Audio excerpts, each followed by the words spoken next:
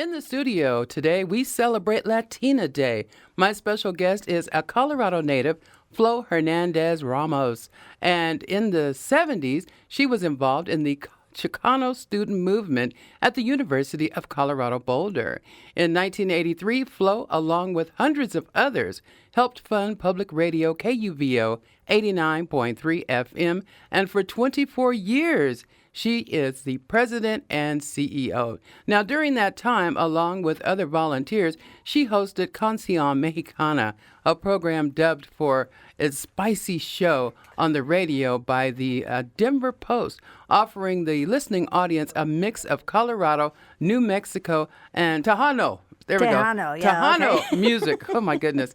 It's still on the air every Sunday morning for over 39 years. Canción Mexicana. You are a very busy lady. Good morning, Flo. I am honored and joyous to be in your presence. Happy Latina Day today and every day. Oh, I'm my giving you your goodness. flowers today. Oh, my goodness. You'd think I had died and you were doing a testimonial at my memorial. No. But thank you very much. You are so welcome. Now, when did it become apparent that you were going to start a radio station? Oh, my goodness. You know, I started as a volunteer on the board of directors, and we were lucky that somebody from California, Hugo Morales, had gotten a grant to actually hire somebody to be the project manager. And we went around to all the different Latinos that we knew, which were very few in the media, and asked them, would you like to come over and raise your own salary for next year? Quit this cushy job that you have? And strangely enough, nobody wanted to do it. So Hugo said to me, well, why don't you do it? And I said, because I don't know anything about radio. And he said, that's all right. We have a technical director who can do it, Nan Rubin, and you just have to raise money. I said, oh, like a party or something? And he says, yeah, just do a lot of parties. So we did for years. And that's when it became apparent to me that we were going to actually have a radio station. Oh, that's exciting. That's exciting. Now, speaking of volunteers, I myself started as a volunteer in 1987. After graduating from broadcasting school is the time I met you. Now, do you know how many of the original volunteers are still with KUVO? I do not. I know that Thomas Herndon is not an original volunteer, but he was sure darn close. And he is now 98, shooting for that 100 mark. And he was coming here to this new office for many, many years still. But the years caught up with him, and he's not doing it anymore. So many of our original volunteers have gone their different ways or whatever. But I tell you, the one person that is still volunteering is my sister, Mercedes. Mercedes Hernandez has done everything but being a volunteer program director. She was our first program director before Carlos.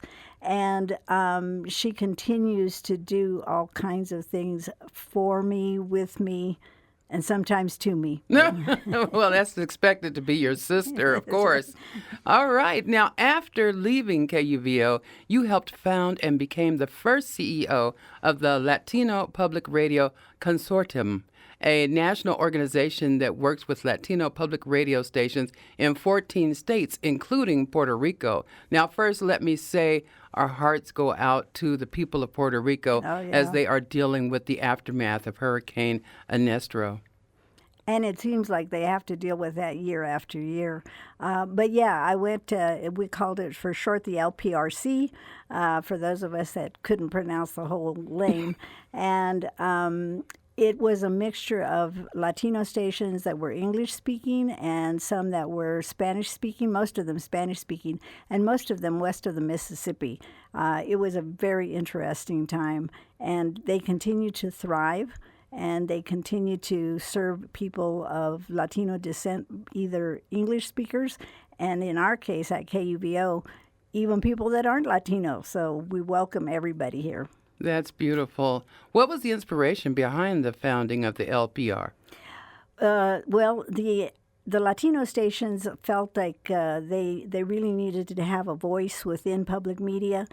They're a very small percentage of the more than 2,000 stations that are public radio, and there's only 14 Latino stations. So we banded together to try to have common underwriting, for example.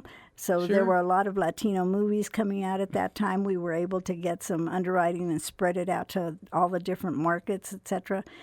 Stuff like that, just trying to unite to do common things. We need more uniting today, don't That's we? right. That's all right. Now, who would you say is out there to continue pushing the boundaries you set in motion? Well, actually, there's all kinds of people that are pushing boundaries. You know, the media landscape has really changed so that people can do podcasts now. They don't have to start their own radio station to be heard, which is what we ended up doing because we felt we weren't being heard.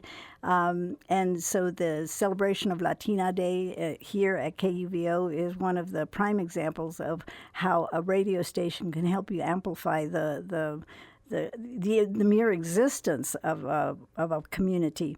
But nowadays, I mean, there are so many podcasts by Latinos that have issues from sobriety to cultural understanding to get out the vote. They continue to push. It's not like, oh my God, we're waiting for somebody to do it. No, they're doing it. That's wonderful. We got to do it. All right. What are your hopes and dreams for young Latinas coming up today? My hopes and dreams for young Latinas is that they continue to, as you said, push boundaries, but also to, people keep talking about how minorities are going to be the majority population in 10 years or something. But as the Latino Leadership Institute says, it's not about demographics. It's about whether or not we're prepared to take on leadership roles and whether or not we're prepared to show people what can be done. And so what I hope Latinas will be able to do is to continue that course, to be ready to take control, to take leadership, and show people that you don't underestimate Latinos.